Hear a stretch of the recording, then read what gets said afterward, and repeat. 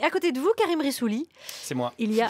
Oui. C'est vous Oui, Ah bah voilà, c'est Guillaume Karim, Meurice. c'est sûr et Connu. certain. Et ben moi, je suis allé ce matin, hier, dans l'Essonne, une ville administrée depuis pas mal d'années par la call girl la plus célèbre de France, Nicolas Dupont-Aignan.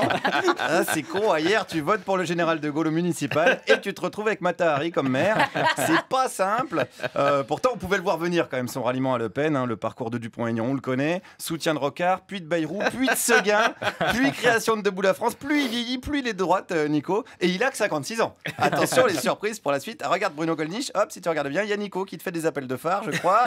En attendant, que pensent les Hierroises, hein, puisqu'on dit Hierroises et Hierrois de ce ralliement de dernière minute? On commence avec un premier citoyen. Moi, je m'en fous, moi.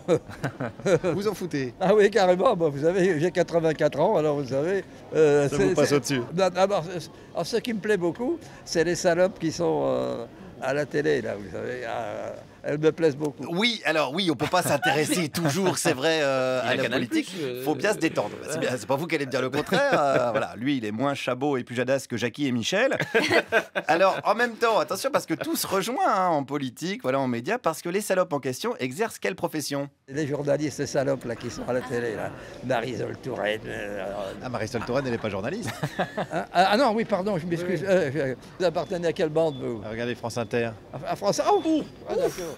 Ça vous a fait peur du coup? Non, à ce moment-là, je n'ai pas de conversation avec vous autres. Hein. Oh là là, oui, c'est bien dommage parce qu'on aurait voulu en savoir plus. C'est rare de tomber sur un expert hein, comme ça au hasard d'une rue. Alors, bon, bah oui, c'est dommage. Alors, c'est pas grave. C'est pas grave parce que des gens qui ont un avis, j'en ai rencontré ce matin. Alors, on commence avec celles et ceux qui sont favorables à cet accord Le Pen-Dupont-Aignan. Madame? Moi, j'ai des idées qui sont moitié-moitié.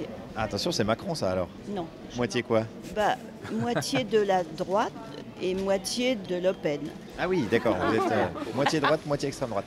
Oui. Oui, alors là, c'est pas le nini, c'est le et. Hein, c'est un espace entre la droite et l'extrême droite. C'est serré, hein. C'est-à-dire entre Nadine Morano et Robert Ménard, il y a l'espace d'un cheveu d'Éric Ciotti. Hein, environ, faut viser assez juste. Il y a Nico, hein, elle habite bien. Il y en a, ouais, c'est vrai, elle est cohérente. Voilà. Alors au niveau des idées, qu'en pense le boucher du marché de hier? Il a ses idées, puis elle a ses idées, quoi. Oh, bah, c'est à peu près les mêmes du coup, non?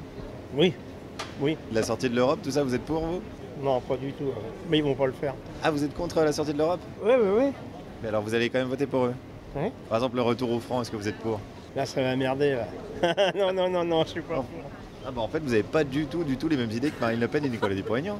Ah si, c'est bien. Qu'est-ce qu'ils ont fait? Qu'est-ce qu'ils ont fait de bien? Bah, de se regrouper, quoi. Ah d'accord, ok. Non, c'est d'accord. C'est une personne qui est simplement fan de regroupement. Voilà, il adore quand les gens se regroupent.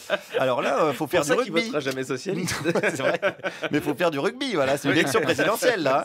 C'est pas celle du meilleur demi-de-mêlée du top 14. Alors passons désormais à ceux que ce regroupement a surpris. C'est pas la personne qu'on connaissait en fait, c'est ça qui est troublant. C'est vraiment... Non, on n'a pas dû reconnu, on a l'impression que c'est quelqu'un d'autre. Je sais pas, elle a dû boire une potion magique qui l'a troublé dans l'autre sens. Qu'est-ce que c'est que cette C'était histoire? de la potion magique. On suppose qu'il a dû avoir quelque chose parce que, comme on disait avec monsieur, quand on l'a vu dimanche, c'est plus la personne qu'on connaît.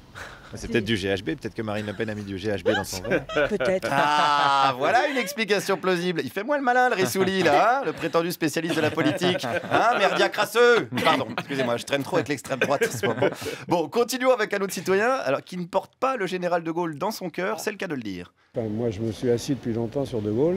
Vous êtes assis sur De Gaulle? Ah oui, j'étais anti-gaulliste toute ma vie. Ah oui? Ah oui. Pourquoi Je vais alors? vous dire pourquoi. Premièrement, j'ai connu l'Algérie. Passez pas tout ça à la radio. Hein. Ah bah, c'est-à-dire que c'est un peu gonflé quand tu parles avec un micro France Inter devant le museau, c'est compliqué de dire qu'on n'a pas envie de passer à la radio. Moi, je veux bien tu vois, faire des efforts pour assumer un regard critique vis-à-vis des médias, mais jusqu'à un certain point. Alors bon, j'ai continué quand même, parce qu'il était sympathique, ce même monsieur, et il a fini par me raconter un petit peu sa vie, et notamment une discussion avec sa mère quand il avait 20 ans. Elle me dit, c'est plus possible que tu ailles à l'école, il faut que tu trouves du travail. Et j'avais deux voisins. Un qui travaillait à la Bourse de Paris et un qui travaillait de Vénéo aux pompes funèbres. Elle me dit, ils peuvent te faire rentrer tous les deux, qu'est-ce que tu préfères? Attendez, est-ce que c'est pas une métaphore de la situation du deuxième tour, ça? Enfin, oui, un peu. La bourse ou la vie? Voilà. Et oui, le CAC 40 ou les pompes funèbres, finalement, on est pile dans la situation. Comme Nicolas Dupont-Aignan, d'ailleurs, qui a peut-être réalisé une bonne opération financière en rejoignant Le Pen, mais a peut-être bien également signé sa mort politique.